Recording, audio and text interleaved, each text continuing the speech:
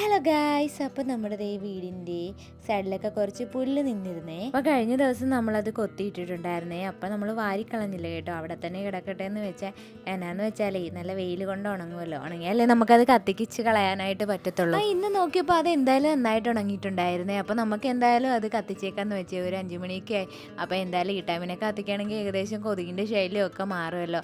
നമ്മൾ രാവിലെ അലക്കിയിട്ട് തുണിയൊക്കെ ഏകദേശം ഉണങ്ങി കിട്ടിയിട്ടുണ്ടല്ലോ. ആ തുണികളെല്ലാം മടക്കി വെക്കാമെന്ന് വെച്ച് ആ തുണിയൊക്കെ എടുത്തേട്ടോ, ഉണങ്ങിയതൊക്കെ എടുത്ത്, ഉണങ്ങാത്തത് പിന്നെ കുറച്ച് നേരം കൂടെ അവിടെ കിടക്കട്ടെ എന്ന് വെച്ചേട്ടോ. നമ്മുടെ തുമ്പിമോള് വരാനായിട്ട് ഏകദേശം ടൈം ആയിട്ടുണ്ട്.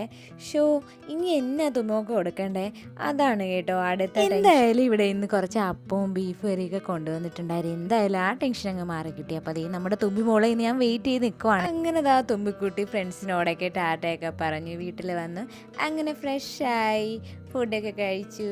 അപ്പോൾ ഇത്രയുള്ളൂ ഗൈസ്. ഓക്കേ.